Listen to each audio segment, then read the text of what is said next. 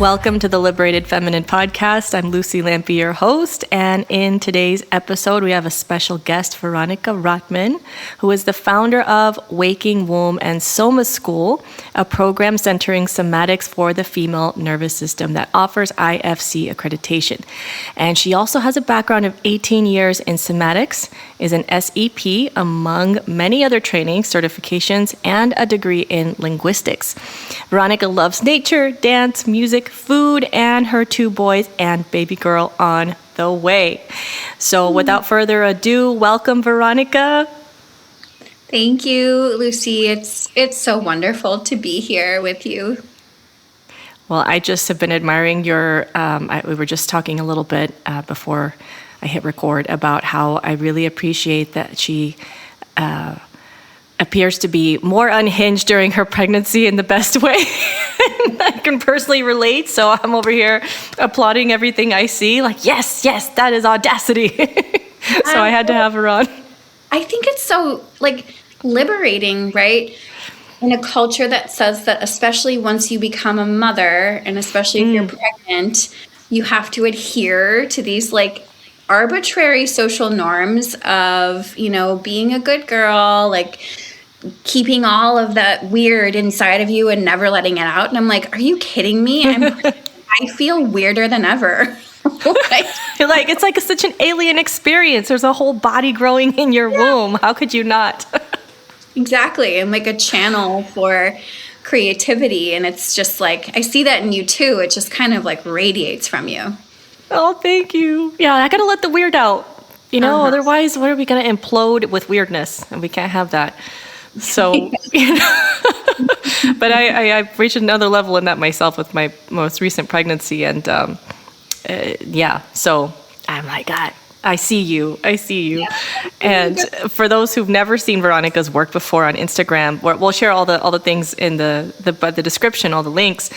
But how you speak on the female nervous system and what real somatic work is, that I just find very refreshing, because that's how I operate and how I've experienced it as well. And it's it's rare to find someone who speaks in that similar kind of language and radiates how you radiate. And we just sync up. So I'm so glad to have you here. But let's start with that. What first of all, for those who have no idea that the female nervous system has different needs than the male nervous system, what are some of those things, those core distinctions that we should know about? Yeah, I could teach for hours on this, but to break it down in a sort of nugget-sized summary, we are more complex. We are multi-layered, multi-tiered, multi-dimensional, and that is not a curse. I think there's the socialization, right, that conditions us to believe that our complexity is too much, too unruly, too unpredictable, can cause us to live outside of our body and seeing our body as maybe a curse or something to pathologize. But what I find, life without nuance and complexity sounds boring to me. I'm I don't want the binary. We're done with that. And the female body is this, highly intelligent creature that, is the origin of human life. And therefore, our nervous system fluctuates through heart rate variability patterns and sympathetic, parasympathetic dominance. Some of this, to the women who are listening, you're going to know this intuitively. Right now, we just have the science to prove it. Finally, but we have more fluctuation, and when we can meet ourselves in those thresholds and liminal spaces with depth and curiosity, instead of what I see a lot of women programmed to do, which is to feel as if any sensation in our experience is something to pathologize or freak out about or resist. We can meet ourselves there with a lot more curiosity and willingness to descend into our own depths and our body. It opens up a lot more nervous system capacity. And what I like to say is, men don't get this. You don't get this. like opportunity, Yeah. to be in direct relationship with the peaks and the valleys, the ebbs and the flows more, like that life, death, rebirth experience that our female nervous system goes on every month.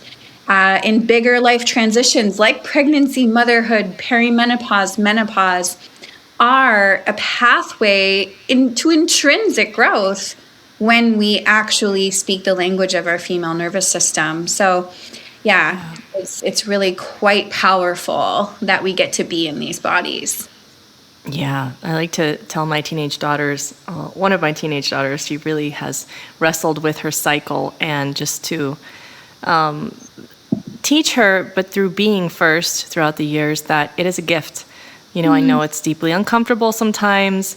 Yes, your hormones may be raging, and yes, you're not just a raging bitch, it's just your luteal phase, and work with it, and use those as these access points of not just self-discovery, but really like being in the kind of depths that a male body doesn't get to experience. To your point, they don't get this.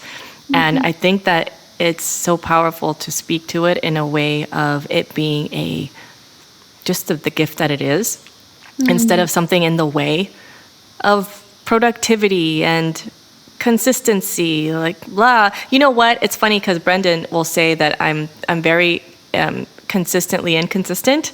Yes. And I'm like, thanks. Yes. And that's part of it. It's like, you're the most consistently inconsistent person I know. I'm like, yes, I embrace all of it. And he loves that.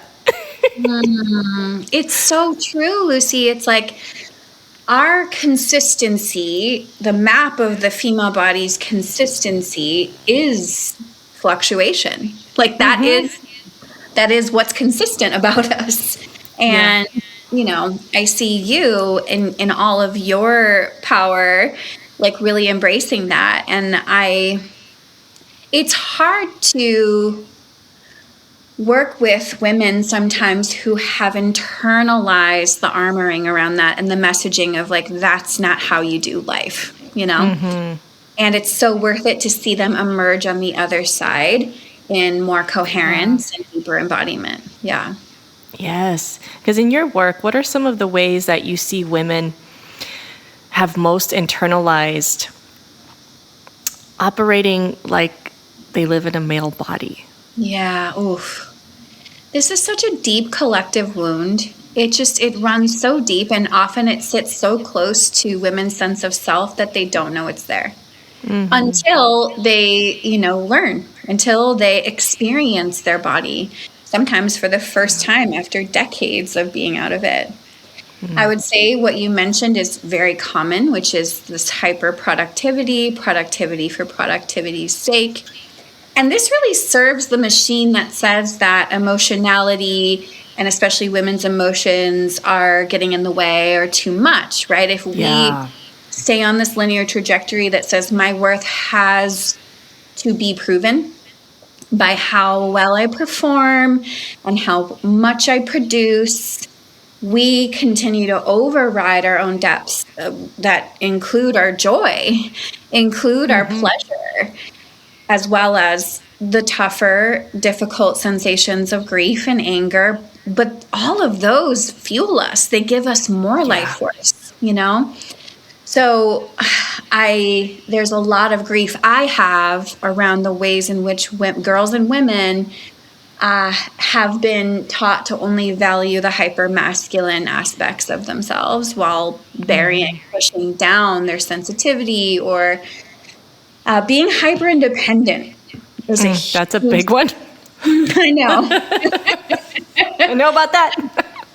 I know all about that too. It's like I myself can look back and go like, eldest daughter, lots of trauma, childhood trauma. And so like to rely on others, my nervous system wouldn't allow that. It's like, if I stop being hyper independent, that actually opens up this gateway towards feeling my need for others. And my need for others got me hurt in the past, right? Yeah. So I just won't need anyone. That's safer, right? it seems safer. It does. Yeah. Yeah.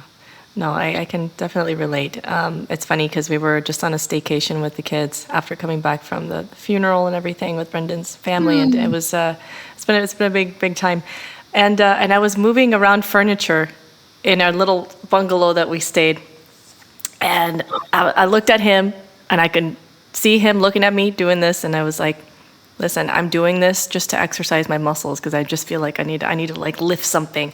I'm not Capricorning right now. That's our joke.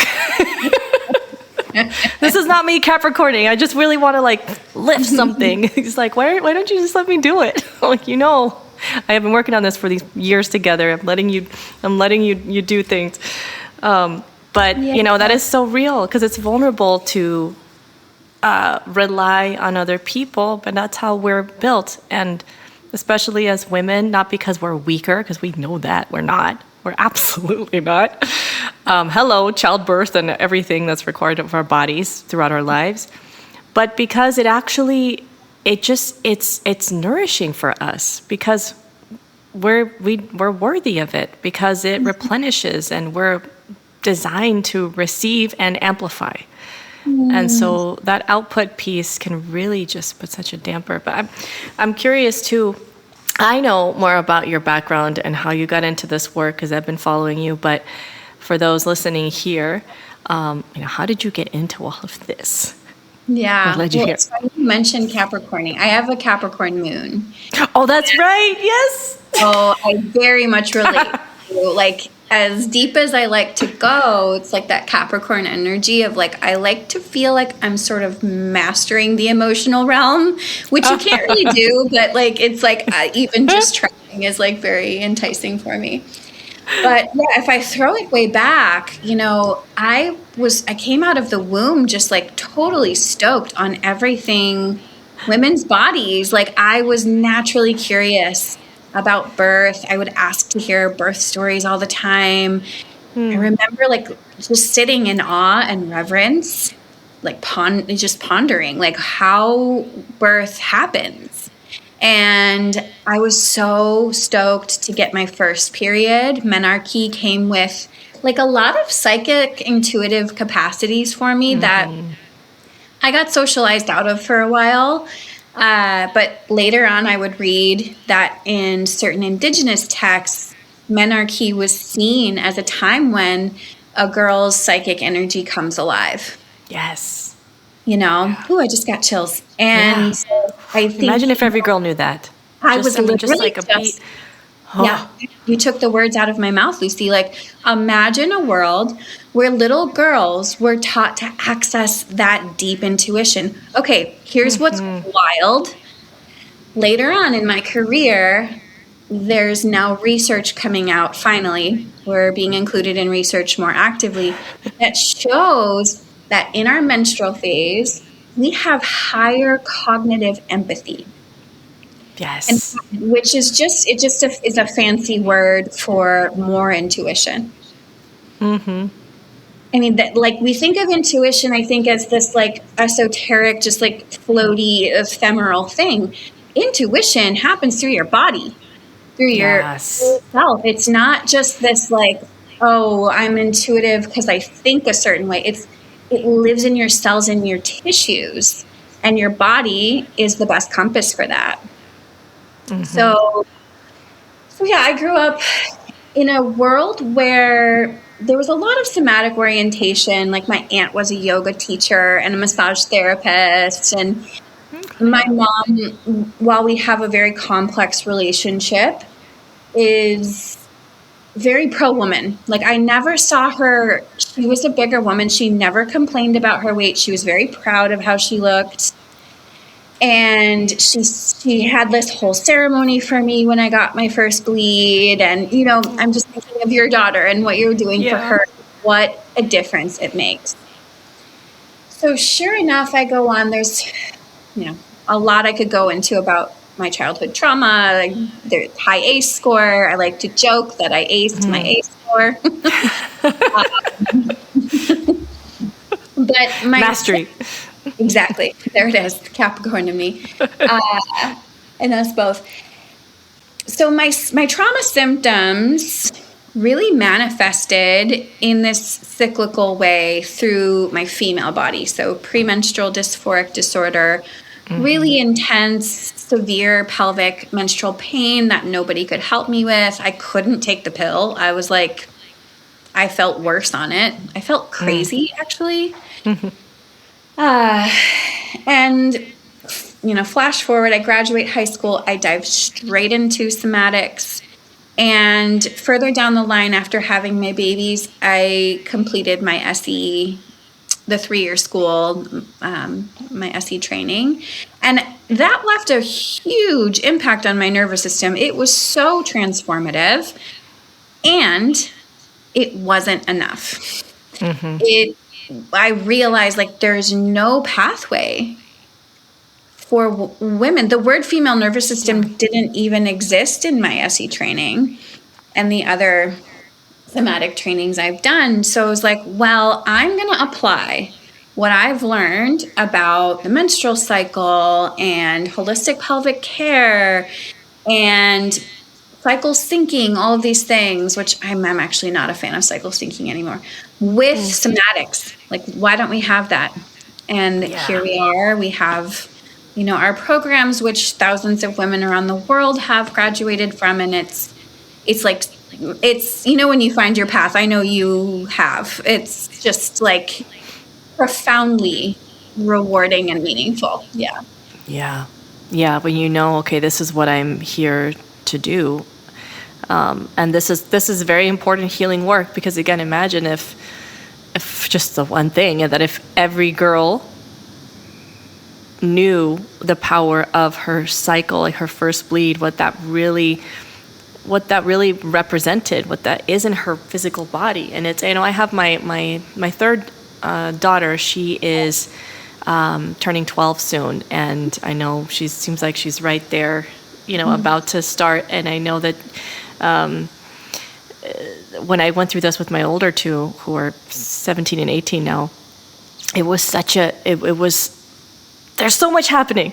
There's like, who am I in the world? My friends, like, where do I fit in? And then the body piece, like, I feel like so different and I'm looking different, and just so much going on. And to me, that's one of the most difficult emotional times of adolescence that I remember, like those middle school times, And so just imagining that impact of girls seeing that not as a shameful thing, but as a superpower. And how, just girls and really embodying that and owning that would influence the way that even the boys interact and reflect it back to them. Because, and then of course that whole generation of humans growing in that different way.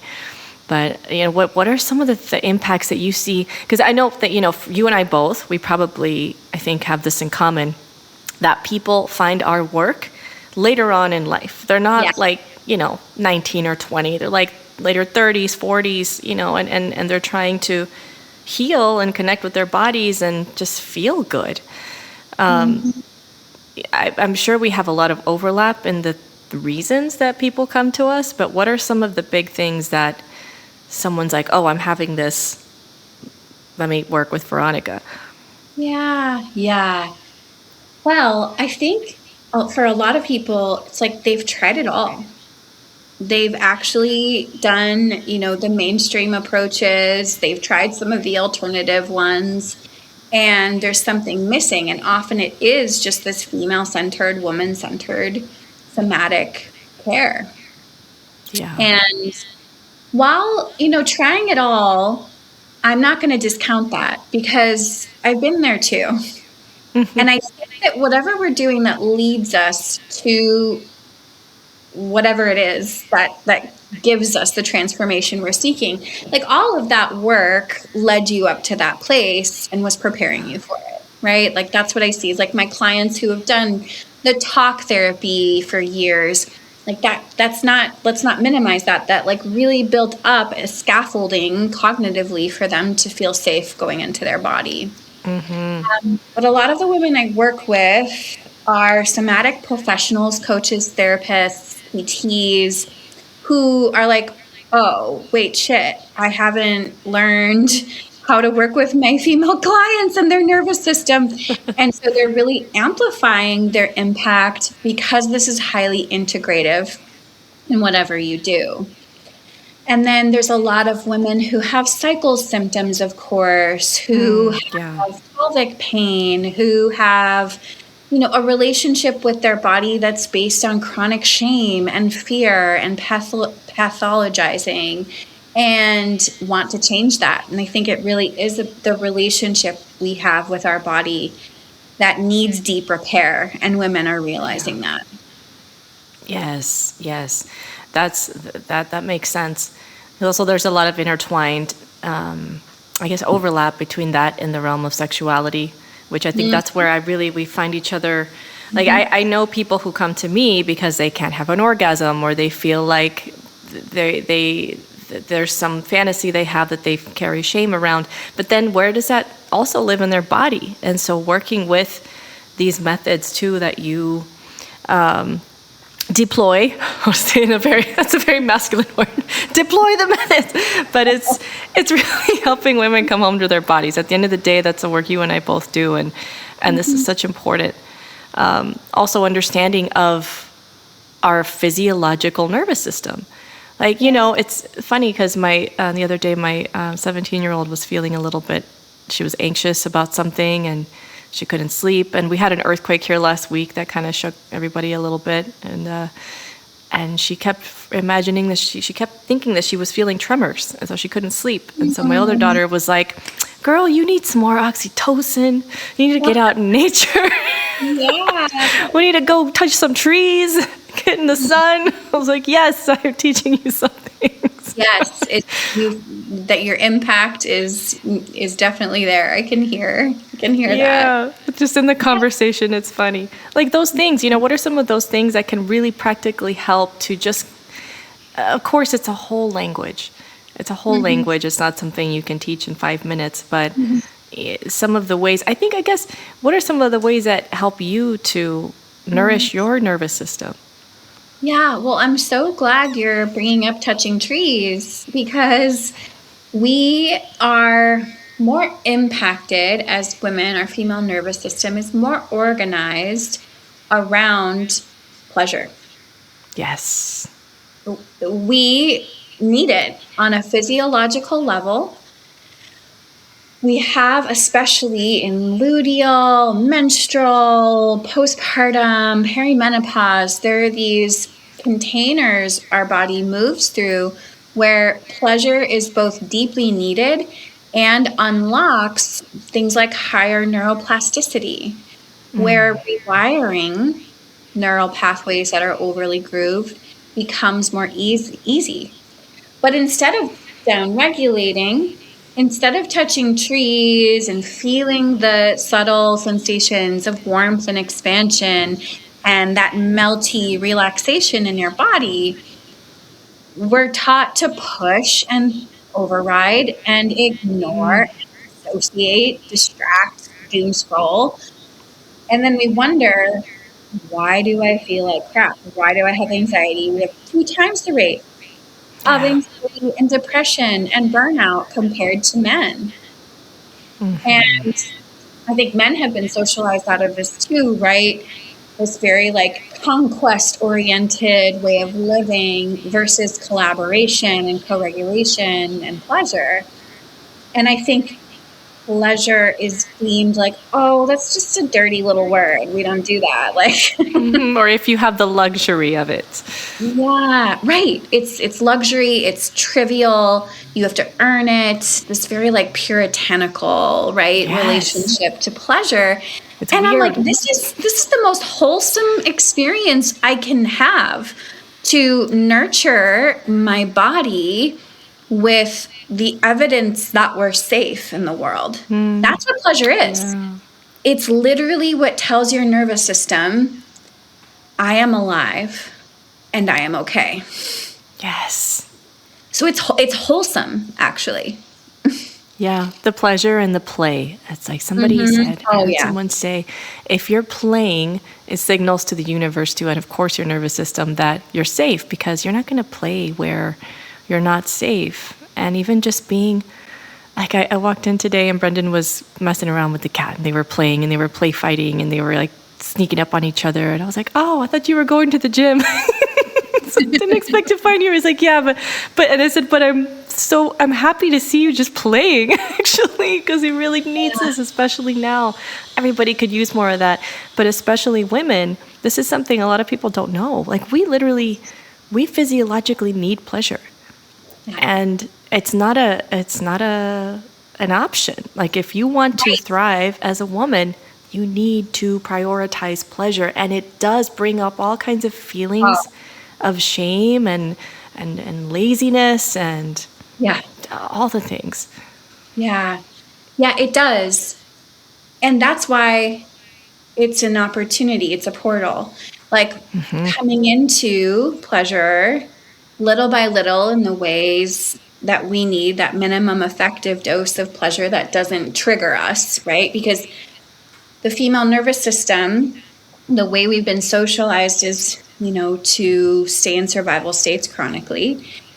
And I like to compare it to, like, pleasure is sort of like the scuba gear you put on before you go to the bottom of the ocean. Pleasure is taking you out of your depths. It's actually required to descend safely. Yeah. And to be with the grief and be with the fear and shame and anger and all the things that you have pushed down. And we all do that. We all push down what we don't want to feel, right? Yeah. So I feel like this is a hill we'll probably both die on. Yeah. Like, pleasure is non-negotiable.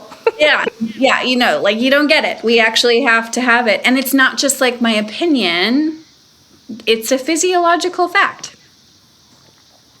Yeah, and that I think kind of the sad thing, but also the big opportunity ahead, is that as science is going to catch up to the fact that our menstrual blood is healing, the stem cells, all these things, what the female nervous system needs, the oxytocin and like the sun and all the things that, sadly, but also fortunately, that evidence will help more women to get what they need. It's almost like, do we need an institution to tell us that this is good for us? Can we just... Thank you. We just do we really it? Need some, like, old white dude in the lab to be like, I have certified this to be true. Like, I have fact-checked it. Yeah. Like, actually, this is stuff that women, our ancestors, our matriarchal lineage, if we go way back to, like, ancient feminine, the goddesses, like, they centered pleasure. It was a form of intelligence. For a reason. Yeah. Yes. And that's it. They got it. And we look back and we think, oh, that they were just, I don't know, gluttonous for hedonistic or whatever. Right. But yeah, we're all going to catch up sooner or later, just as a collective. I am excited for that. And those of us who, I feel like this is kind of working on the forefront of that before it is science-backed and proven, because we have experienced it in our own bodies. And also, there is this big piece that, at least for me, I think this is probably true for your people that come to you as well, relationships. How we, let's see, how do I put this? The state of our nervous system as women influences and shapes our relationships. Because it's also known that if a man who is, healthy or, trying to be, if his nervous system senses that we feel unsafe, he's also more vigilant, but not in a healthy protector provider way. Like, he's like, why are you feeling unsafe? Why are you on edge? How can I make you safe? And then he can't, because it's not on the outside, it's on the inside that we feel the threat. So this really is a healing on a whole lot of levels. What do what can you speak to that? I'm so glad you're bringing this up, because we are relational creatures. All people are. However, the safe and social state in our nervous system, which is the state of homeostasis, where all systems of the body can thrive, we feel calm but alert, we can be in our bodies, be present. that evolved through the female body, through primates bonding, breastfeeding, eye gazing with their babies. So that branch, it impacts us more. We have hormones like estrogen, they motivate us towards socializing, towards connecting, relating. Women are more likely to tend and befriend in moments of stress, where men are like, I'm taking the lead, or, I'm going to dominate. So this is both beautiful and powerful. It's matriarchal. It's literally the ingredient for building a matriarchy, right? Yeah. And when it's combined with stress and trauma, a world that says, yeah, women have to be the caretaker. They're better at the domestic duties. They're better at being the solo, provider or like caretaker for their kids. It turns into a lot of fawning. Smallness. And preserving attachment over our sense of self. It costs us our sense of self, right? When we take on both the physiological and cultural impacts, and then we're like, my worth is dependent on how people feel around me. Yeah. So, yeah. Yeah, and that's a big thing that we see, a big theme that we see in relationships of all kinds, not just romantic relationships, but, friendships, siblings, parents, relatives, coworkers, that I know for me, if in a very real example, if my partner is dysregulated or going through something or just really like struggling and feeling down or anxious or whatever it might be, and I attune to that because I'm like, oh, hold on, let me get on the same page, which is a form of fawning to me, that's somehow a form of solidarity, but it does no one any favors. Then he's going to be responding to me and saying, hold on, wait, how can I help you feel safe? And then it's just and then it just spirals from there, Whereas if I can maintain my sovereignty and say, you know what, I can be okay, even if you're not feeling okay, which that one piece right there can take so much unearthing for any person in these modern days. But see, all of this for you listening, like all of you listening, it comes back to your nervous system. I mean, you literally experience your life through your nervous system. You can't bypass it. So, I mean, what are some of the ways too that, actually, I would love to have you go ahead and share this now, Veronica, even though we're not at the end. But what are some of the ways that you do help people through? I know you mentioned the Soma school and Waking Womb. What does that look like? So if I'm teaching a practice on this particular pattern of taking on other people's emotions as our responsibility, as hyper-focusing on all the micro expressions and tone of voice shifts, and then taking that as information for how I can leave myself, dissociate from my needs to hyper-focus on them, I have to come back into relationship with my body, my nervous system. Our body holds our relationship to relationship. And if my relationship to my inner sensations is that doesn't matter, what matters is out here, or I'm going to override to people please, or I'm going to push that down, pathologize it, diagnose it, right? There's so many adaptations I see in women around that. How can I come back to that experience in just the right amount, depending on where I'm at in my cycle? Because that does change things. And I don't think that like contemporary practices in psychotherapy, in trauma resolution, I've literally asked well-renowned teachers, male teachers, like, what about our cycle? What about our infradian rhythm? What about our ranging heart rate variability? And what I hear is like, well, that has never mattered. So why would we start paying attention to that now? I know. That's brutal. It is. It's such a travesty, right? Because just because you didn't need it before because of patriarchal values doesn't mean it can't make a difference now, right? And what they don't realize is what these same male, and nothing against men, okay, you already know this. You know that we're not men. We love men here. We celebrate men. That's why we want to help you also, for the men, any men listening. This helps men too. Imagine. Yeah. Because I think, especially the good men, and I'm using air quotes for that, they want to help us. Like, they want to show up. Yes, they do. And so here you go. Here's how you can do it, right? And this also breaks, the breaks down the ways that these systems are harming men as well. Because, even the fact that boys are actually more sensitive than girls, they say, when they're young. And what happens to that? They're sensitive as in they can sense, they can attune, they can connect. That's part of being a protector. And so those kinds of things, it's like if we really want to build a new earth, a new world, have a better future in the future generations, we have to know about and work with the female nervous system and the womb and the cycles.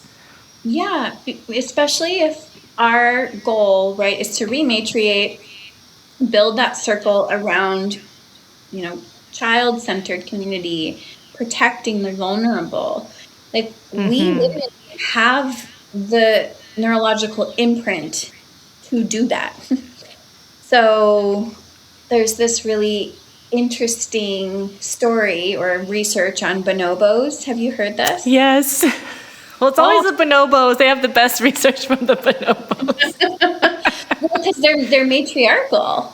And they don't get violent until it comes to their kids' safety. And I'm like, in the female nervous system, while we have these experiences where oxytocin plays a major role in our body, a lot of us have been told, like, oxytocin is just a cuddle hormone. It's just about cuddling. So reductive. Yeah. It actually drives maternal aggression. And I'm sure you felt this, Lucy, like that. Yes.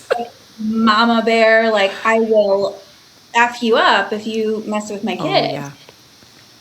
So it's more dynamic, right, than just, we're just all about tending and befriending. Like, we are, and that's powerful. And, right, like, we're fierce.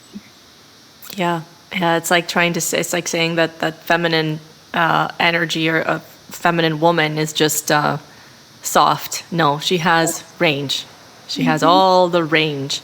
And without that range, we're just going to be very one-dimensional. We have to, and it's just like our cycle. If we expected to be feeling like we do when we're ovulating all the time, we're going to really, it's going to be a shocker the rest of the time. We're like, what's wrong with me? Well, this is actually perfect. Yeah, right. Like, we go, what's wrong with me? What needs to be fixed? Versus, like, actually, this is a really powerful doorway into transformation and my own nuanced layers of knowing myself. And how boring would it be if we were the same all the time? Yeah, and this is also why, and these are not just my words, but my observations and what I hear from others, that men tend to need more of the plant medicine journeys and the experiential things and the going away into the desert and having the initiations, because we literally have it built into our bodies, y'all. We have it built into our bodies. It's right there. Every month, every day. It's a psychedelic trip. Like, if you really start speaking the language of your soma, of your female body, I don't need drugs. Like, I'm not against drugs, but like, it's wild. Like, I can close my eyes and journey to places I've never been. So, and not in an associative way, in like I feel it in my body way. Yeah, that. You're not detaching from your body. You're not outside you're descending into your body. Yeah, it's a descent. Yeah. And I love the metaphor of the scuba gear, like the pleasure being the gear that helps you to go deeper instead of something that's a distraction. I really feel like Yeah. that's a special thing. It's a requirement, and the whole like feel it to heal it phrase, right? It's cute because it rhymes, Right? but Yeah. it's oversimplified, right? If we, and this is my, again, Capricorn moon, if we don't follow this intrinsic need to most of the time be in a neutral to pleasurable state, you know, then when we go into the activation, it can replicate the imprint of trauma, which is too much, too fast, too soon. And for the female body in particular, with the added layer of complexity that's already there and our higher interoceptive capacity, we have more of that going on, it can really backfire. Yes. So at any moment, if you're living in relative safety, I can tell you that pleasure is available. It's all around you. It's living inside of you, no matter how hard it's been, no matter what you've endured, right? And especially if you're someone who's like, I do the deep cathartic work all the time, hard. This is your invitation to pause. And like literally, you don't need a fancy somatic practice. You can just like look around. You can listen. You can touch something you enjoy touching, taste, smell, like become a sensual being. Yes. Yeah. Yeah, it doesn't have to look like a big. I think sometimes the really cathartic things. There's a time and a place for everything, of course. Yeah. But sometimes it can make us feel like we're being more productive, or we're healing harder and faster and like better. And the real magic is when I feel like it's like a curve, right? We go from just like repressing all this stuff to just letting it out, and it's like unkinking the water hose, and it's just messy. It's messy. It's messy. And then you get to a point where, okay, it's flowing. It's flowing. Now, where am I going to direct that hose? And actually, we can just be more at ease about everything now. It doesn't always have to be big and loud and dramatic, but we can go there if we want to, or if we need to. But like you say, really for that baseline to be neutral to pleasure, that piece.